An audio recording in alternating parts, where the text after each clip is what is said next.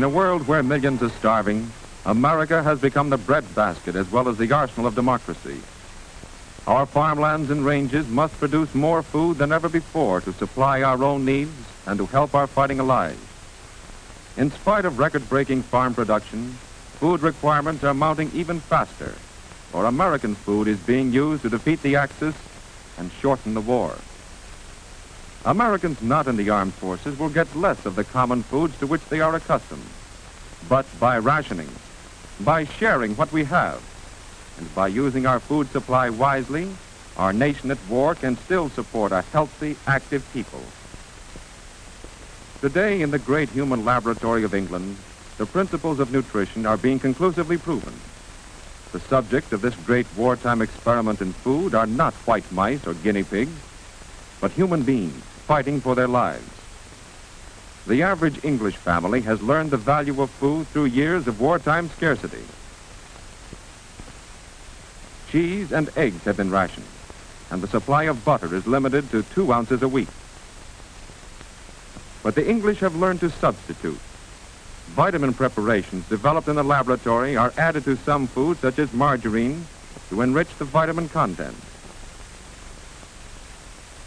Foods such as the English wheatmeal loaf, dried peas, beans, and cereals have been recognized as nerve conditioners at a time when iron nerves are needed most. Vitamin B foods supply physical energy not only for those in combat duties, but also for English industrial workers who are turning out the weapons of war with the enemy only 20 miles away. Desk workers, also under strain, need energy foods too. Vitamin D foods such as margarine, herring, and sardines are widely used by adults in England. Cod liver oil and milk are distributed in special rations for children only. Imported fruits and vegetables are seldom seen in English markets, but fresh vegetables are grown in victory gardens everywhere.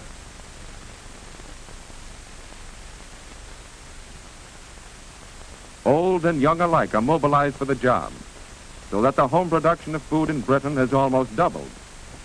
Since the outbreak of the war, 6 million additional acres of English soil have been put under cultivation. No patch is too small to start growing. Soldiers, when off duty, tend their own little plots in the shadow of their guns. For them, food is ammunition. A part of the food grown in English victory gardens is contributed to community kitchens, where balanced, nutritious meals are prepared for all. Because they are learning to use their food supply carefully, many people of Britain are better fed today than ever before. We in the United States have not had our food supplies bombed, burned, or torpedoed. Yet, many Americans are starving not for lack of food, but because of poor eating habits. In this restaurant, patrons could order nutritious food, but too many don't. Same today, miss? Yeah, I guess so. Draw 1, 2 sinkers. Too many people eat the same kind of foods every day. Eat without pleasure, without variety, as a matter of routine. Quick lunches are the order of the day, and most of these are inadequate. Malnutrition resulting from habitual poor diet saps the strength of American manpower. Inefficiency results. In many cases, production has been slowed down because of layoffs and illness among workers who lack the physical stamina that good foods can build. A large proportion of defense workers suffer from unsuspected physical defects associated directly or indirectly with malnutrition. The strain of long, hard hours of work has increased the number of breakdowns. In Army induction centers all over the nation, examining doctors found rejectees starved for the foods to give them the steady nerve, the clear eye, the strength of bone and muscle to fight and win a war.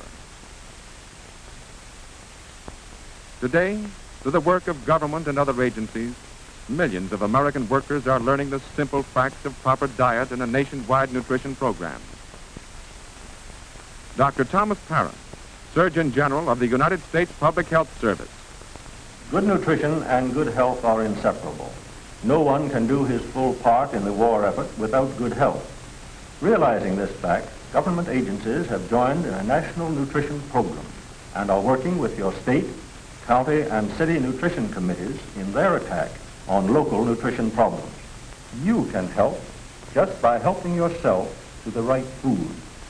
Make a real effort to choose a nutritious diet every day. To do this, every citizen should have a down-to-earth working knowledge of modern nutrition.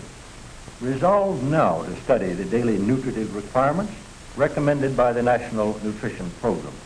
Study, too, the nutritive values of the many foods now available. You can be well nourished by planning your daily diet carefully, by using wisely the many nutritious unrationed foods, and by using your full share of rationed foods. Every one of us must do this, for today we have no choice. War demands that no one waste food. War demands that we use the good foods available to us to build an armor of health. Appetite alone is not a safe guide to good nutrition. To teach the simple facts of good eating, public nutrition classes have been set up in churches, schools, and factories. With wise planning, good meals can be had at low cost.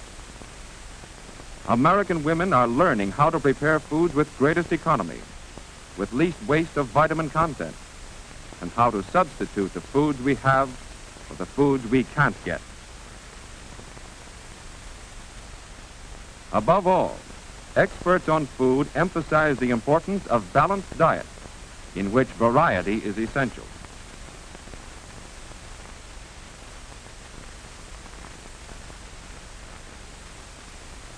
Every American worker should have 3 square meals each day, including foods such as milk and foods made with milk, eggs or other protein foods, and vitamin B foods such as cereal and whole wheat or enriched white bread. A good breakfast is important, but on the job, the worker's lunch pail must supply the necessary energy for the rest of the working day.